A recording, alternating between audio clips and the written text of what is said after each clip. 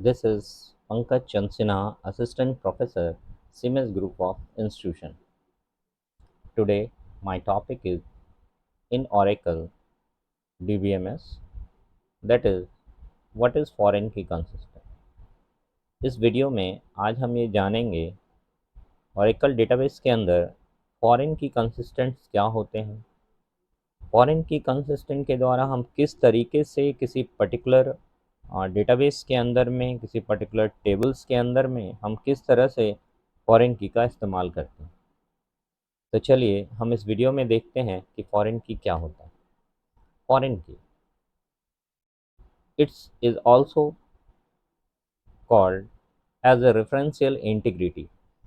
Foreign key actually में एक तरह का रेफरेंशियल इंटीग्रिटी है, और रेफरेंशियल इंटीग्रिटी मीन्स हम किसी पर्टिकुलर टेबल्स को एक टेबल से दूसरे टेबल में किसी पर्टिकुलर रिलेशनशिप को स्टेबल करते हैं, तो हमें एक रेफरेंशियल इंटीग्रिटीज़ की ज़रूरत पड़ती है दो टेबल्स को आपस में इंटरकनेक्ट करने की।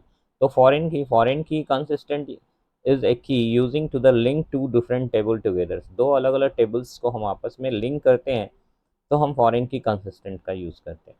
ना फॉरेन की है क्या?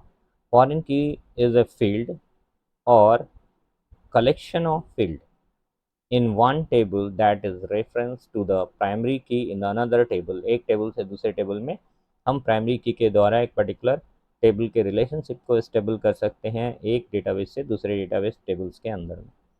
नाउ फॉरेन की कंसिस्टेंस अगर हम एसक्यूएल कमांड्स में क्रिएट करें तो there are the following SQL creating command, that is a foreign key on the particular हम लोग ले लेते हैं person ID columns when the order नाम का एक टेबल क्रिएट कर लेते हैं। इन एसक्यूएल कमांड्स के अंदर में जा करके हम सबसे पहले क्रिएट टेबल इन ऑर्डर करते हैं। Now that is the order ID, their data type is number because ID is the number. तो order ID data type number ले लिया और नंबर का एक वैल्यू असाइन कर दिया, दैट इज़ 10। और इसको एक कंसिस्टेंट ऑलरेडी यहाँ पे असाइन कर दिया, that is not null.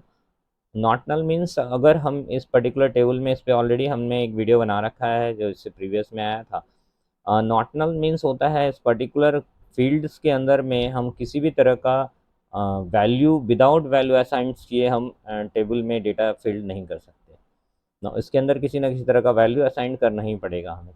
Next आता है दैट इज़ ऑर्डर नंबर। अगला फील्ड हमने ले लिया है order number, there data type also a number and that the value is the 10, that is also defined the not null values. Now next हमने लिया है person ID, that is also a number and that is the data type and there value is the 10। Next हमारा जो है वो that is the primary की। हमने order ID को यहाँ से, ये वाला ऑर्डर आईडी जो है इसको हमने प्राइमरी की असाइन कर रखा है यहाँ पे। ना फॉरेन की असाइन करना होगा तो फिर से हमने एक फॉरेन की असाइन किया, दैट पर्सन आईडी, जो कि एक रेफरेंशियल पर्सन आईडी हो जाएगा।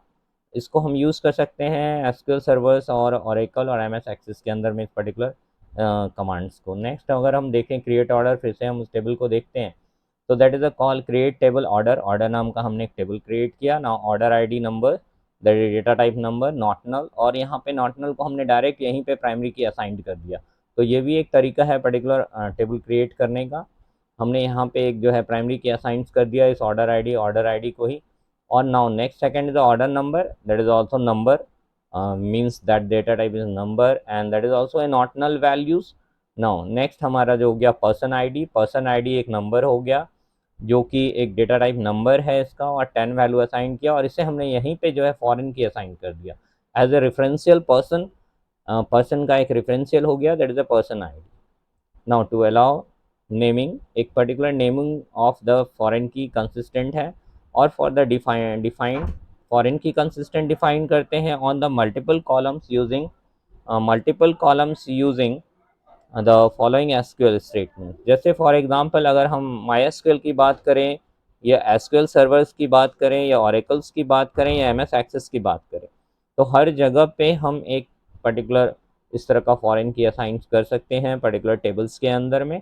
नाउ नेक्स्ट अगर हम बात करें क्रिएट टेबल ऑर्डर्स की, तो फिर से हम उस तरह का एक टेबल क्रिएट कर सकते हैं, that is called the order ID numbers, where the हम डेटा टाइप यहाँ पे नंबर ले लेते हैं, that is a not null, and the order name is a number, that is a 10, that is also a not null.